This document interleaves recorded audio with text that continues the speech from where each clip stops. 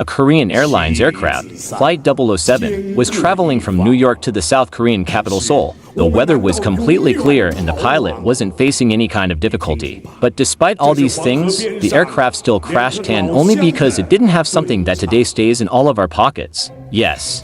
What happened was that before landing in Seoul, the aircraft also had to go to Anchorage, a city in Alaska. This incident is from 1983, when the Cold War was ongoing between America and the Soviet Union. Due to this war, both powers were extremely alert against each other.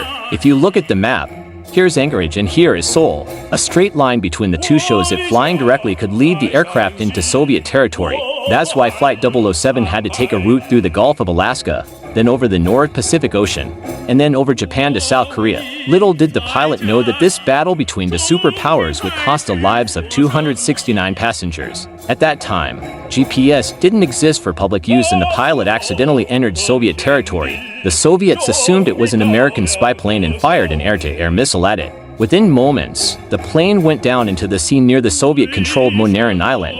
This news shocked the entire world. And what hurt America the most was that despite having GPS technology, they couldn't prevent the incident. Yes.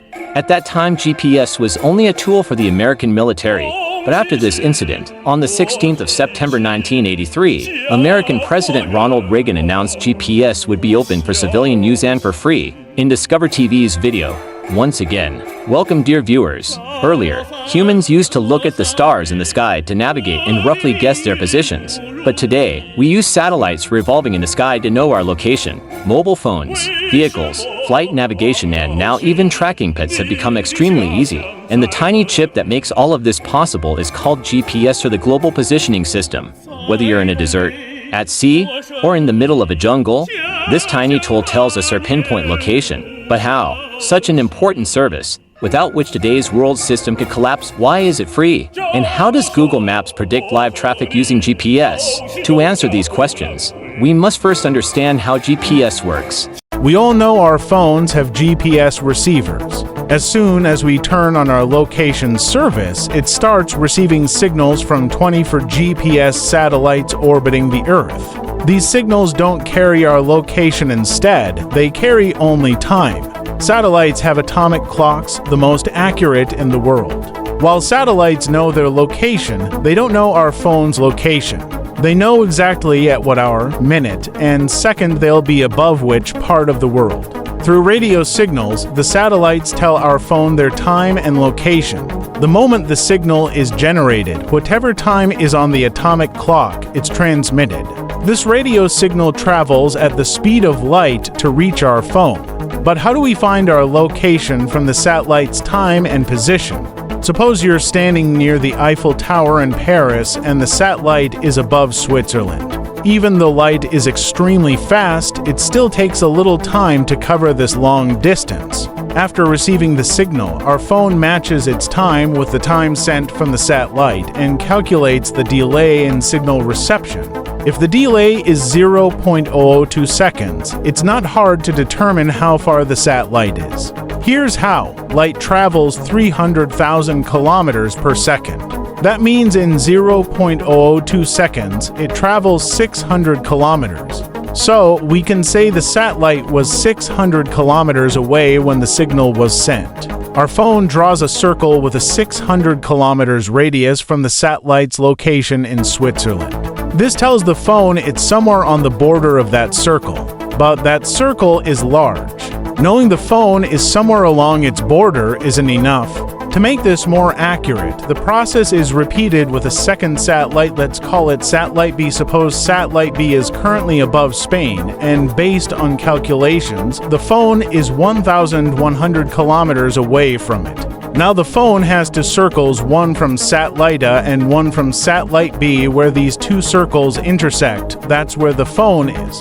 To further pinpoint the location, the phone must receive signals from at least 4 satellites. The more circles formed, the more accurate the location becomes. The main takeaway is that GPS location service depends heavily on time.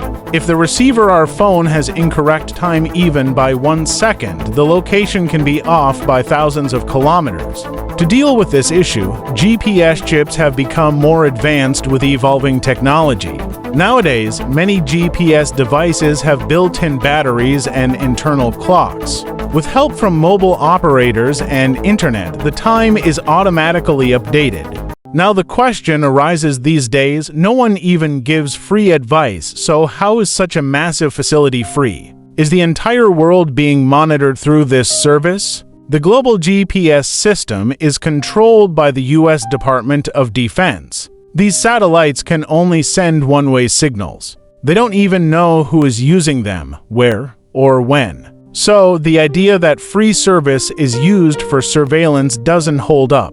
And this service is only free for consumers. Mobile manufacturers, the airline industry, and the transport sector pay annual taxes which help cover the cost of GPS satellites.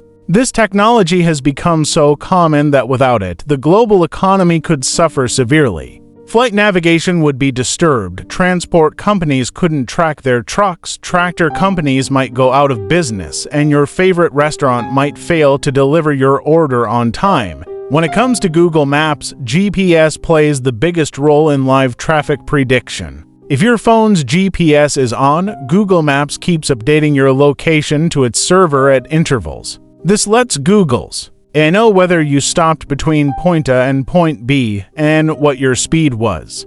Google collects the same information from other mobile users on the same road, and based on all that data, it predicts the average speed on the road, what time of day it gets congested, and when it's clear. This information is only possible after collecting location data from thousands of mobile users. We hope you'll like and share this Discover TV video as well. Thank you so much for your loving comments. See you in the next amazing video.